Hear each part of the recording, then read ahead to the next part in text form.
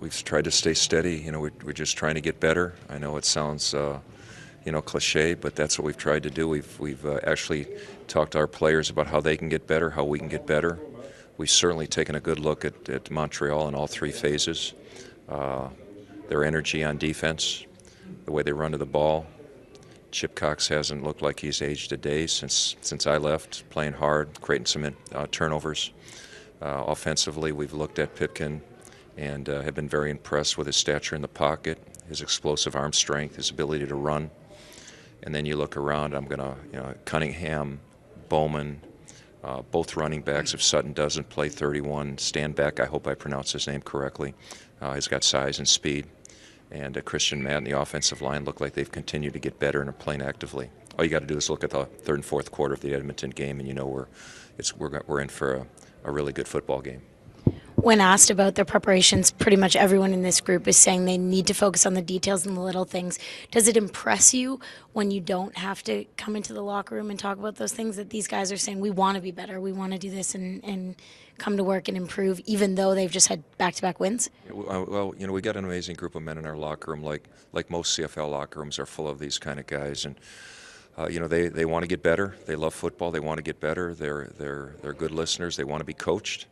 And we love coaching them. So I think it's a combination of just the daily process of us working together and making sure that we go into these meetings ready to stimulate them and ready to give them the science behind what we're doing and why behind what we're doing, and their love for the game and effort kind of takes care of themselves. But we got a long way to go, and we've won a couple of games over the last few weeks, and we haven't anointed ourselves. We know the razor-thin divide between the best and the last in our league, and we're very aware of what we're getting ourselves into. How has it been working with AC? It's been awesome. It's just a evolution of our relationship and his as a coach, from a player to a coach, and it's just been great having him here. He knows exactly what to do, how to do it, and how to say it, and his growth as a coach over the last few years has obviously helped him gain more perspective on the position, on the job. But it's great to have him with us. He's been a tremendous addition to our staff and to our locker room as well. What does he bring, and how? I know you can't project, but how far do you think he is capable of going? Well, I think the sky's the limit with AC. I really do. I mean, I saw that in Montreal. As quiet as the quiet leader that he was when he spoke to the team, I realized how articulate he was and how he had the pulse of the team as well, in terms of that when he did bring things up, which wasn't very often. He did most of his work with his play and with his work ethic, very, very similar to Ricky Ray. Two guys that when they decide to talk, something they're saying is very significant and really well communicated.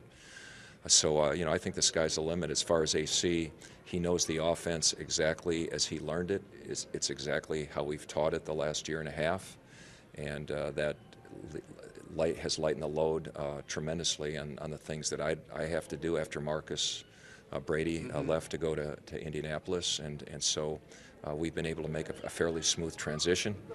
And it's great to have him in the meeting room, especially with young quarterbacks now that Ricky hasn't been involved on the field, although Ricky is actively involved in our meeting rooms. Did you get any sense that he was beaten down from his Montreal experience because they just put too much on his plate? I don't have any sense for that at all. I think he came in here energized.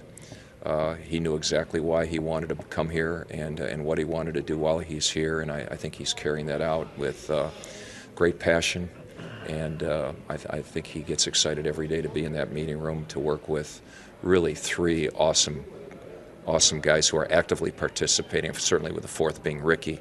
The whole process has been great, and just the two of them being around each other is just you need to be aware of the two guys that are in the room, two of the greatest quarterbacks, arguably two of the greatest that have played the game in this league, and how they interact and relate is just is part of the part of the joy of being in the room. This is your ninth game. Where do you get the sense that your team is as it hits the halfway mark of the schedule? It reminds me much of what you did last season. You started slowly, you seemed to catch fire at the end, and Yeah. I really can't answer that directly. I can tell you that in the Ottawa game in the third and fourth quarter, we saw light of the team that we want to become. And I thought last week, kind of the same thing. We started playing, we didn't play complete continuity football in all four quarters, which is very hard to do at any time during the season. But again, after the second half, I thought we saw some things in our football team, an edge, our ability to execute, ability to make the stops when we needed to stop, our ability over the last couple weeks to be able to neutralize two really good quarterbacks, in Trevor and in Lule, and I think that, and I saw our team respond in each phase as one phase contributed. So, I think our team is still too fluid. We got new guys in the lineup this week that weren't in the lineup last week. We've got some guys that are relatively new that we still don't know, where their productivity is going to go in all three phases.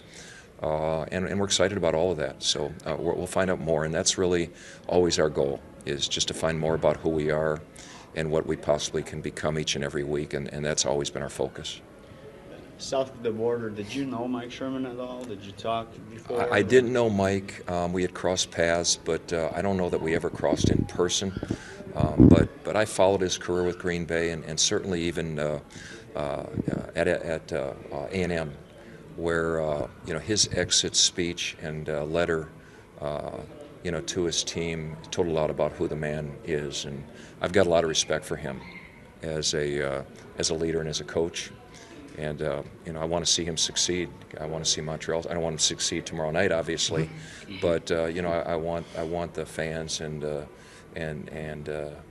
team to be a team that our league can be proud of. But I will certainly say this and take it in sequence: is this team that we're playing is playing extremely hard, and has very good talent, and I see it only as a matter of time. You watch the tape, and our players know this, that this is going to be a team to be reckoned with, and we believe that team could show up tomorrow night. Certainly, they have that kind of talent. Can you believe that this is the same organization that you left 5-6 years ago? I can't comment on that because I'm not here. I don't. It's a little bit different in terms of Jim's not here, and I'm not around, and I don't get a chance to talk to Bob Wettenhall on a regular basis, and the quarterback's not around. Paul, as I said, people that I was the closest to, a lot of them are not here anymore. But you come into a city that you love, and people that treated us with tremendous respect and hospitality,